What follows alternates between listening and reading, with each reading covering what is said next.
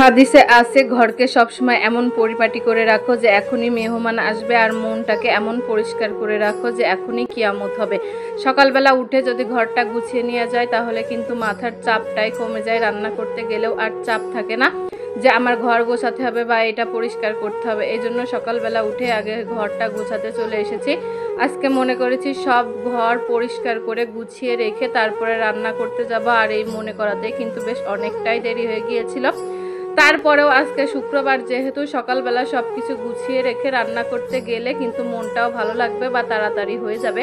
রান্নাটা বসিয়ে দিয়েও কিন্তু গোসল করে নামাজ পড়ে নেওয়া যাবে, আর এই জন্যই আগে ঘর বাড়ি সব পরিষ্কার করে নিয়েছি। আর দেখুন আমার ঘর বাড়ি পরিষ্কার করা শেষ। এখন আমি একটু ঘরের এয়ার ফ্রেশনার মেরে দেব, আর এয়ার ফ্রেশনার দিলে রুমে কিন্তু থাকতে অনেকটাই ভালো লাগে।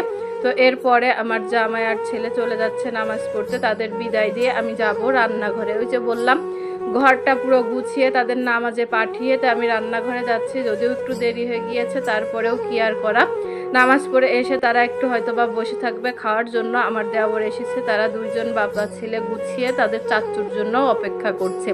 তো তাদেরকে নামাজে পাঠিয়ে দরজাটা লাগিয়ে দিয়ে চলে এসেছি রান্না করতে। আর আজকে যেহেতু মেহমান এসেছে আর শুক্রবারেতে এমনিও আমরা একটু ভালো মন্দ কিছু খাই, মুসলমানদের কাছে শুক্রবার একটা ছোটোখাটো ঈদের দিনের মতোই কিন্তু। তো আজকে একটা হাঁসের মাংস রান্না করে নেব।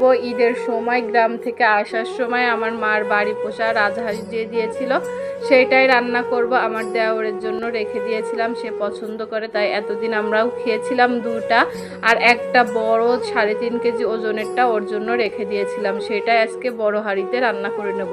এই হাঁসটা কিন্তু অনেক বড় ছিল, এর ওজন ছিল 3.5 কেজি, এই জন্য এত বড় হাঁড়িতে রান্না করেছি।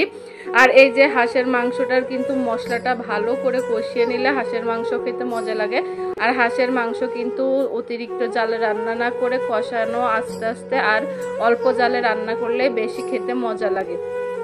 অল্প জালে রান্না হবে আর কষাতে হবে। আমি কিন্তু এখানে কোনো এক্সট্রা পানি দিইনি, হাঁস থেকে যে পানিটা বের হয়েছে এই পানিটাতে মাংসটা কষিয়ে সিদ্ধ করে নেবো। আর এর ভেতরে দেখুন আমার পানিটা শুকিয়ে মাংসটা কিন্তু সিদ্ধ হয়ে গিয়েছে, আর এরকম মাঝারি আছে দমের মতো হাঁসের মাংস রান্না করলে কিন্তু হাঁসের যে গন্ধটা একদমই চলে যায়, কোনো গন্ধই থাকে না। আর এর ভেতরে খুব ভালোভাবে কষিয়ে নিচ্ছি, হাঁসের মাংসটা যত কষানো হবে তত মজা হবে।